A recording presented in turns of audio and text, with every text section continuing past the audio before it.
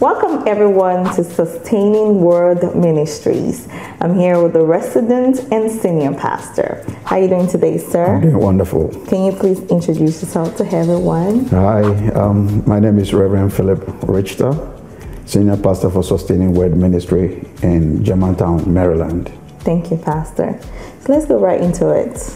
Looking back to your past, your salvation story, can you share that with us? Well, I came from a broken home. My dad was gone, and I had to stay with my two sisters. So most of the time, either I'll be with this one or I'll be with that one.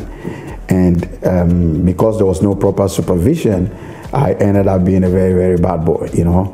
Started doing drugs at the age of 17, 18 years, and drinking and leading a very reckless life, you know. In the course of that, I ended up being very stubborn at school, but by God's grace, I was able to complete school. We're in high school. So when I was done, you know, I got connected to some big guys who were doing drug trafficking. So I resulted joining them and trafficking drugs all over the world, you know. So with time, I took some drugs to UK and I got arrested. When I got arrested, you know, they looked through my suitcase and they saw that I had a Bible on me, but they tried to find out that if there is anything in my suitcase that I will want to keep on me.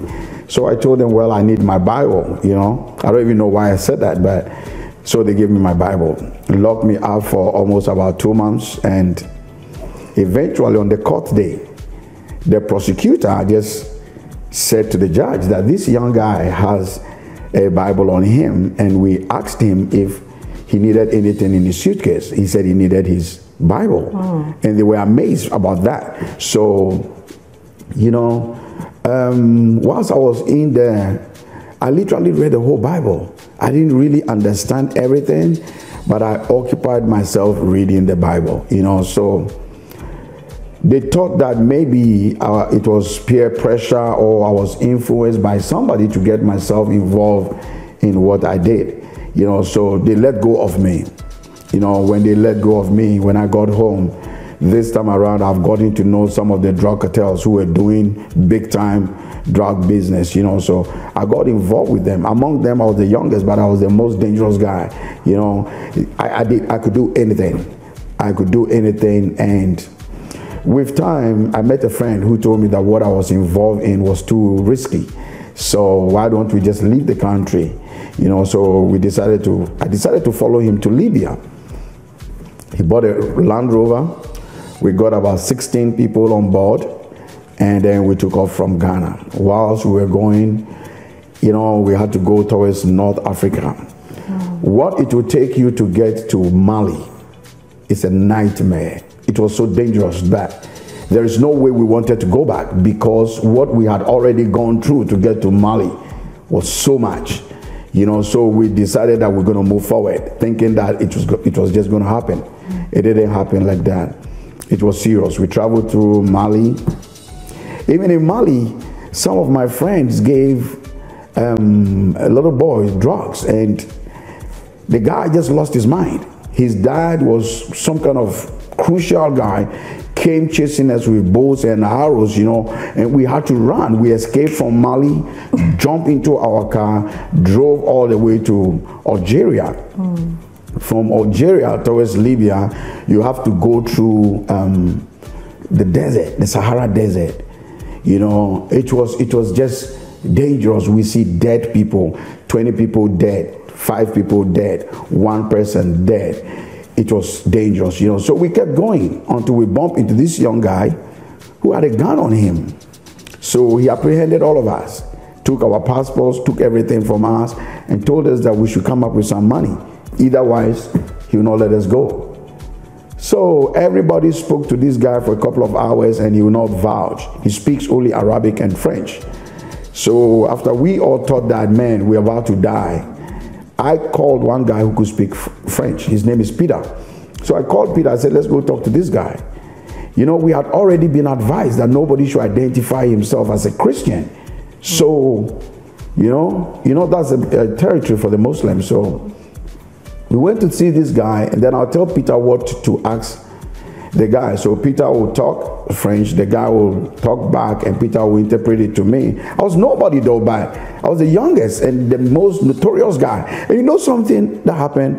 Whilst we were going, at every point in time when there is a challenge, they called me to pray. I was the one who was smoking the weeds when the police people were coming. I was the one who was carrying the drugs. I was the most craziest guy, but I was the one they always called to pray. I was not even a Christian.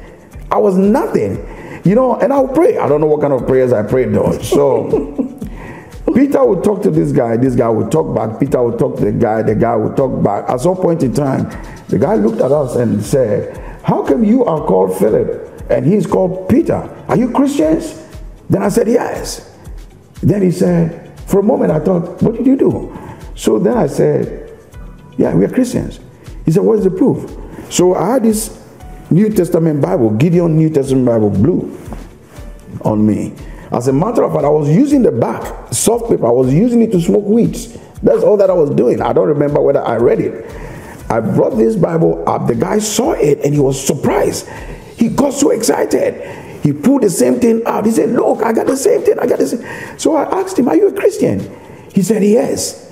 How did he become a Christian? He said some tourist people witnessed to him. He became born again and he went back home and his parents threw him out of the house. I want you to know that our God is a faithful God. There is nothing that God cannot do. Whatever your situation is, whatever your challenges are, whatever you're going through, I want to assure you that God is going to make it happen. God will see to it that it is well with you. God will put a smile upon your face. God will give you a reason to tell somebody that He is a faithful God. You are always welcome to fellowship with us. And also, whatever the Lord lays on your heart to give to our ministry, test the amount to the number on the screen. God richly bless you. And always remember that Jesus cares about you and He loves you.